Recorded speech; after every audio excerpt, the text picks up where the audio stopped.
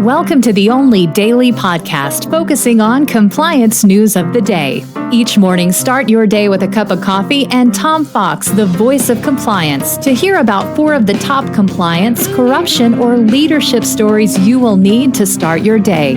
The Daily Compliance News is a production of the Compliance Podcast Network. First, a word from our sponsor.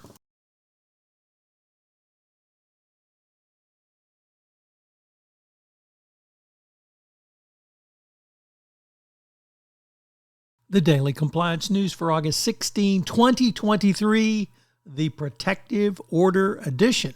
And we begin with that story from Decrypt, a first-time contributor to the Daily Compliance News, who reports that Binance, the amorphous crypto exchange, is seeking a protective order against the SEC for a, quote, phishing expedition, end quote.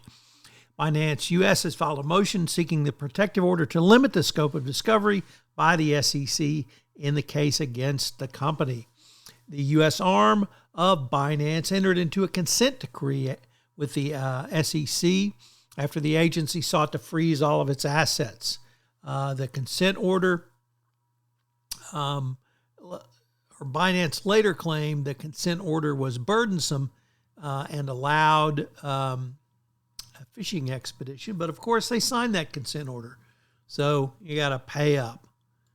Next up from Reuters, the judge who required Southwest Airlines lawyers to take religious liberty courses, in that case, a judicial form advocacy group filed a complaint against the judge, accusing him of taking a strange step. The head of the group filed a misconduct complaint in the Fifth Circuit Judicial Council and said that this was an improper order and that it was baseless and intolerant to suggest that people of faith cannot provide legal instructions simply because their beliefs may differ from those of the judge. Imagine that. Next up from the Ohio Capitol Journal, the massive corruption investigation in Ohio looks like it's heating up again, even after we had 2 major sentencings of former Ohio House Speaker Larry Householder and former state GOP Chair Matt Borges. Householder 20 years, Borges 5 years, 5 years. Well, now 2 others who were arrested in 2020 have pled guilty.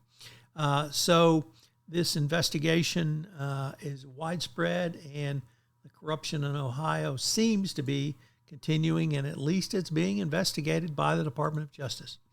Our final story comes to us from the Wall Street Journal, Risk and Compliance Journal, Mingy Sun, reporting that the SEC's whistleblower chief, Nicole Criolla Kelly, who is now heads the Whistleblower Program, is facing some of her biggest challenges. Critics say the program favors those who have connections to the regulator.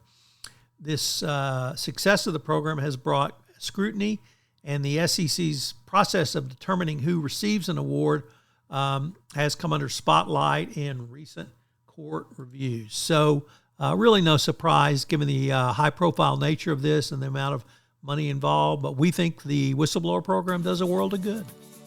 The Daily Compliance News is a production of the Compliance Podcast Network and a proud member of C-Suite Radio. Thanks so much for listening. I hope you'll join me again tomorrow.